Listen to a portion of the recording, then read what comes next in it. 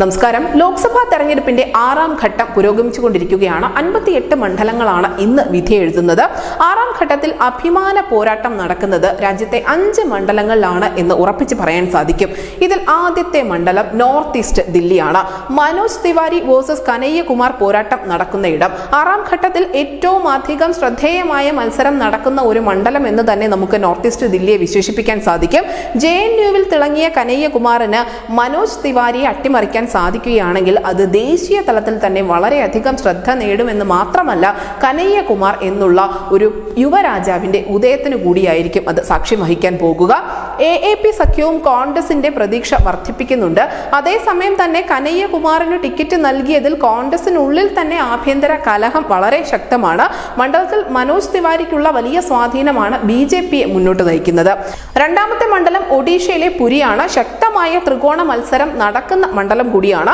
BJDയുടെ അരൂപ് പട്നായിക്, കോൺഗ്രസിന്റെ ജയ്നാരായൺ പട്നായിക്, BJPയുടെ വക്താവ് സംബിത് പത്ര എന്നിവരാണ് ഇവിടുത്തെ സ്ഥാനാർത്ഥികൾ. മുൻ മുംബൈ പോലീസ് കമ്മീഷണറായ അരൂപ് പട്നായിക് 2019 ഭുവനേശ്വറിൽ നിന്ന് മത്സരിച്ചുവെങ്കിൽ പോലും BJPയുടെ അപരാജിത സാരംഗിനോട് പരാജയപ്പെടുകയായിരുന്നു. 1998 ശേഷം BJD മാത്രം വിജയിച്ചു വരുന്ന മണ്ഡലമാണ് പുരി എങ്കിൽ പോലും കഴിഞ്ഞ തവണത്തെ വിജയം കേവലം 11,000 വോട്ടുകളുടെ ഭൂരിപക്ഷത്തിൽ മാത്രമായിരുന്നു. അന്ന് BJPയാണ് രണ്ടാമതെത്തിയത്. ഇവിടെ അട്ടിമറി നടന്നാൽ ഈ പുരി ലോക്സഭാ മണ്ഡലം BJDയുടെ കയ്യിൽ നിന്നും BJPക്ക് പിടിച്ചെടുക്കാൻ സാധിക്കുകയാണെങ്കിൽ അത് ഒരു പുതിയ ചരിത്രം കൂടി രചിക്കുകയും ചെയ്യും. അടുത്ത മണ്ഡലം BJPയെ സംബന്ധിച്ച് വളരെ പ്രധാനപ്പെട്ടതാണ്. കർഷക പ്രതിഷേധം BJPയെ ബാധിച്ചോ ഇല്ലയോ എന്ന ചോദ്യത്തിന് ഉത്തരം നൽകാൻ പോകുന്ന കർണാൽ ലോക്സഭാ മണ്ഡലം. മുതിർന്ന നേതാവും മുൻ ഹരിയാന മുഖ്യമന്ത്രിയുമായ മനോഹർ ലാൽ ഖട്ടാർ ആണ് ഇവിടെ BJPക്ക് വേണ്ടി മത്സരരംഗത്തിറങ്ങുന്നത്.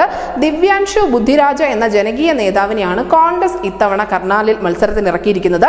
2014 മുതൽ കോൺഗ്രസിന്റെ സിറ്റിംഗ് സീറ്റാണ് കർണാൽ ലോക്സഭാ മണ്ഡലം എന്നുകൂടി ഓർമ്മിക്കേണ്ടതുണ്ട്. കർണാലിൽ ഖട്ടറിന് കാലിടറുകയാണെങ്കിൽ അദ്ദേഹത്തിന്റെ രാഷ്ട്രീയ ജീവിതത്തിനുള്ള വിരാമം കൂടിയാവും അത്. മുൻ വിദേശകാര്യമന്ത്രി സുഷമ സ്വരാജിന്റെ മകളായ ബാൻസുരി സ്വരാജിന്റെ സ്ഥാനാർത്ഥിത്വം കൊണ്ടാണ് ന്യൂദില്ലി ലോക്സഭാ മണ്ഡലം ശ്രദ്ധേയമാകുന്നത്.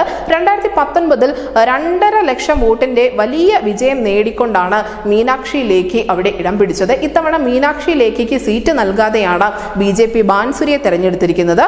മുതിർന്ന നേതാവായ സോമനാഥ് ഭാരതിയാണ് ഇവിടെ ആം ആദ്മി പാർട്ടിയുടെ സ്ഥാനാർത്ഥി എന്ന് പറയുന്നത്. ഈ ന്യൂദില്ലിയിൽ ബാൻസുരി വിജയിക്കുകയാണെങ്കിൽ BJPയുടെ അടുത്ത തലത്തിലേക്ക് തന്നെ അവർ ഉയർത്തപ്പെടാനുള്ള എല്ലാ സാധ്യതകളുമുണ്ട്. അവരുടെ രാഷ്ട്രീയ ജീവിതത്തിൽ ഒരു പുതു അധ്യായം രചിക്കുന്ന മണ്ഡലം കൂടിയായിരിക്കും ന്യൂദില്ലി എന്ന് പറയുന്നത്. പരാജയപ്പെട്ടാലും അങ്ങനെ തന്നെ മീനാക്ഷി ലേഖി എന്ന നേതാവിന്റെ പ്രാധാന്യം എത്രത്തോളം ഉണ്ട് എന്ന് BJP ഒരുപക്ഷെ തിരിച്ചറിയുന്നത് ഈ പരാജയത്തിലൂടെ ആയിരിക്കാം. അങ്ങനെ വിജയമാണെങ്കിലും പരാജയമാണെങ്കിലും അത് BJPയെ സംബന്ധിച്ച് ഏറെ ബാധിക്കപ്പെടാൻ പോകുന്ന ഒരു മണ്ഡലമാണ് ന്യൂദില്ലി എന്ന് പറയുന്നത്.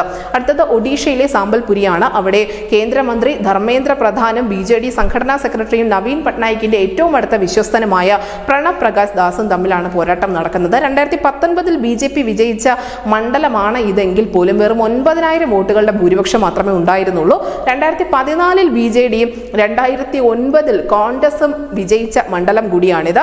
അക്ഷരാർത്ഥത്തിൽ ഒരു സസ്പെൻസ് പോരാട്ടം നടക്കുന്ന മണ്ഡലമാണ്. ആർക്കും ആധിപത്യം ഉറപ്പിച്ച് പറയാൻ സാധിക്കില്ല ഈ സാമ്പൽപൂരിൽ. അതുകൊണ്ട് തന്നെ ഇവിടെ ആര് ജയിക്കുമെന്നുള്ളതും രാജ്യം ആകാംക്ഷയോടെ ഉറ്റുനോക്കുന്നുണ്ട്. News desk news India Malayalam.